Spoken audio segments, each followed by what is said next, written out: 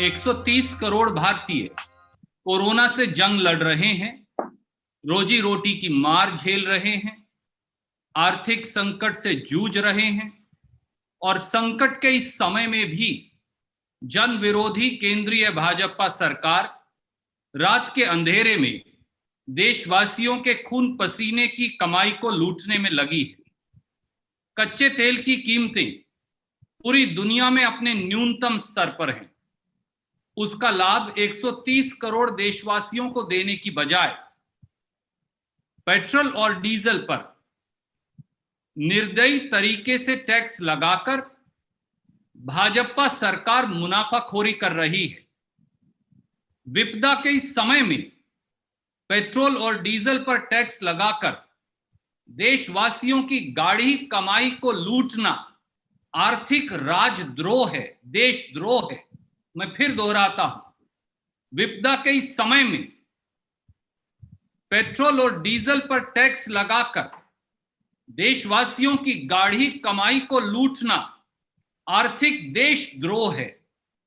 Corona महामारी व गंभीर संकट के इस काल में पूरी दुनिया की सरकारें जनता की जेब में पैसा डाल रही हैं, पर इसके विपरीत केंद्रीय भाजपा सरकार देशवासियों से मुनाफाखोरी व जबरन वसूली की हर रोज एक नई मिसाल पेश कर रही है। देश की जनता का खून चूसकर अपना खजाना भरना कहां तक सही या तर्क संगत है? जबरन वसूली की सब हदें पार की कर गई मोदी सरकार के 4 कड़वे सच जानिए। पहला, 14 मार्च 2020 को रातों रात मोदी सरकार ने पेट्रोल और डीजल पर 3 रुपया अतिरिक्त टैक्स लगा दिया और कल रात के अंधेरे में लगभग 12 बजे एक बार फिर केंद्रीय भाजपा सरकार ने पेट्रोल पर 10 रुपया प्रति लीटर और डीजल पर 13 रुपया प्रति लीटर टैक्स लगा दिया। यानी मात्र 48 दिन में 14 मार्च से और 4 मई 2020 के बीच में मोदी सरकार ने डीजल पर 16 रुपया प्रति लीटर अतिरिक्त टैक्स लगाया और पेट्रोल पर 13 रुपया प्रति लीटर अतिरिक्त टैक्स लगाया। केवल इस अतिरिक्त 13 और 16 रुपए के टैक्स से हिंदुस्तान के 130 करोड़ भारतवासियों की जेब से 1,40,000 करोड़ सालाना लूटा जाएगा। क्या इसका कोई जवाब भाजपा के पास है? दूसरा, 26 मई 2014 को जब मोदी जी ने कार्यभार संभाला, भारत की तेल कंपनियों को कच्चे तेल की कीमत पड़ती थी 108 अमेरिकी डॉलर प्रति बैरल या 6,330 रुपया 65 पैसे प्रति बैरल। एक बैरल में 159 लीटर होते हैं। उस समय जब कांग्रेस ने सरकार मोदी सरकार को दी तो प्रति लीटर तेल की कीमत देश में पड़ती थी 39 रुपया 81 पैसे प्रति लीटर। और अब इसका सबूत उपलब्ध है। ये 26 मई 2014 का पीआईबी का प्रेस रिलीज मैं आपको भेज रहा हूं। 4 मई 2020 को यानी कल भारत की तेल कंपनियों को कच्चे तेल की कीमत प्रति बैरल पड़ती थी अमेरिकी डॉलर 23.38 या 1,772 रुपया। एक बैरल में होते हैं 159 लीटर। यानी आज की तारीख में देश की तेल कंपनियों को प्रति लीटर कीमत पड़ रही है 11 रुपया 14 पैसे प्रति लीटर।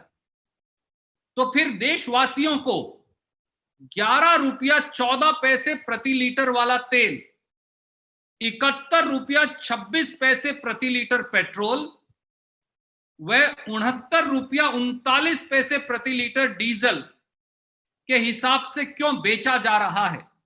क्या केंद्रीय भाजपा सरकार जवाब देगी? तीसरा और ज्यादा सनसनीखेज और चौंकाने वाला है, मई 2014 में व 5 मई 2020 को पेट्रोल डीजल पर भारत सरकार यानी केंद्रीय भाजपा सरकार द्वारा वसूला जा रहा टैक्स देखिए। मई 2014 में जब कांग्रेस ने सरकार छोड़ी, मोदी सरकार के आने से पहले डीजल पर प्रति लीटर टैक्स था 3.56 रुपया प्रति लीटर। मैं फिर दोहराता हूं, मोदी जी की सत्ता संभालने से पहले भारत सरकार द्वारा लिया जा रहा डीजल पर टैक्स था मात्र 3.56 रुपया प्रति लीटर। मोदी जी ने, और आज 5 मोदी जी ने टैक्स बढ़ाकर कर दिया डीजल पर 31.73 रुपया प्रति लीटर। यानी 5.5 वर्षों में मोदी जी ने अकेले डीजल पर 28.17 रुपया प्रति लीटर टैक्स लगाया है। देशवासियों को यह जानने की आवश्यकता है कि कैसे उनकी जेब से पैसा लूटा जा रहा है। जब कांग्रेस की सरकार गई मई 2014 में, तो पेट्रोल पर भारत सरकार टैक्स वसूल रही थी मात्र 9.48 रुपया प्रति लीटर। 5.5 वर्षों के बाद मोदी जी वसूल रहे हैं पेट्रोल पर टैक्स 32.98 रुपया प्रति लीटर। मतलब 5.5 साल में केंद्रीय भाजपा सरकार ने पेट्रोल पर प्रति लीटर अतिरिक्त टैक्स लगाया 23.5 रुपया, 23.50 रुपया प्रति लीटर। क्या मोदी जी इस मुनाफाखोरी का कारण देश को बताएंगे? और चौथा, और ये और ज्यादा चौंकाने वाला तथ्य है, और ये सारी डिटेल्स भी मैं आपको भेज रहा हूं। चौथा तथ्य और चौंकाने वाला है। साल 2014-15 से साल 2019-20 यानी 6 साल के मोदी सरकार, केंद्रीय भाजपा सरकार के कार्यकाल में 12 बार पेट्रोल और डीजल पर टैक्स बढ़ाकर 17 लाख करोड़ रुपए की वसूली की गई है। और ये दोस्तों राजनीतिक आंकड़ा नहीं, ये भारत सरकार का कागज है जो ये दर्शाता है कि वसूली 17 लाख करोड़ रुपया है। मैं भारत सरकार का कागज आपको भेज रहा हूं। 17 लाख करोड़ रुपया 6 साल में माननीय नरेंद्र मोदी जी और उनकी सरकार वसूल चुके हैं। ये जबरन वसूली का पैसा कहां गया और जनता को राहत क्यों नहीं मिली?